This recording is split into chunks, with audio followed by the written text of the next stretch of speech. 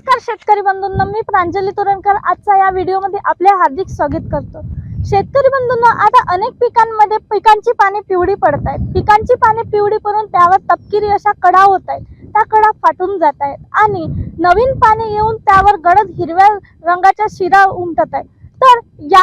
तर यावेळी शेतकरी काय करतात की याला प्रत्येक वेळी नत्राची कमतरता किंवा उष्णतेमुळे पिकांवर होणारा परिणाम समजून असेच सोडून देतात। परंतु शेतकरी बंधूंनो, प्रत्येक वेळा यावर उष्णतेचाच परिणाम किंवा नत्राचीच कमतरता आहे असे नाही। हे वेगवेगळ्या अन्नद्रव्याची कमतरता म्हणजे न्यूट्रिएंटची डिफिशियन्सी आहे। चला तर मग जाणून घेऊया ही डिफिशियन्सी कशी ओळखायची। शेतकरी बंधूंनो, जर तुमच्या पिकाची जुनी पाने हे पिवळी पडत असेल तर ही नत्राची कमतरता आहे, म्हणजे नायट्रोजनची डिफिशियन्सी आहे। तेव्हा तुमच्या पिकाला योग्य प्रमाणात नत्राचा पुरवठा करा।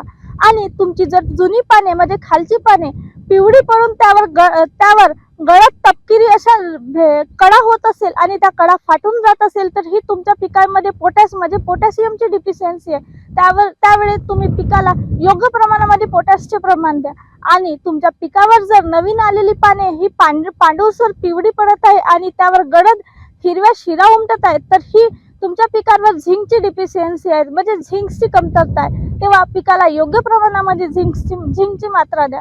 आणि जर तुमच्या पिकाची जुनी पाने म्हणजे मधली पाने ही पिवळी पडत आहेत, त्यावर पांढरसर असा कलर येत आहेत आणि त्याच्या गडद शिरा होत आहे, गडद हिरव्या शिरा होऊन राहिल्या असेल तर ही तुमच्या पिकामध्ये मॅग्नेशियमची डिफिशियन्सी आहे। तर तुम्ही तुमच्या पिकाला योग्य प्रमाणामध्ये मॅग्नेशियमचा पुरवठा करा, म्हणजे योग्य पुरवठा करा।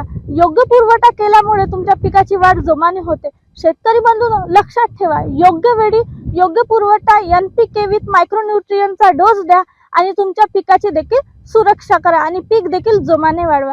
आणि अशाच नवनवीन व्हिडिओसाठी ह्या व्हिडिओला लाईक करा, शेअर करा, कमेंट करा आणि आमच्या चॅनलला फॉलो करा। धन्यवाद।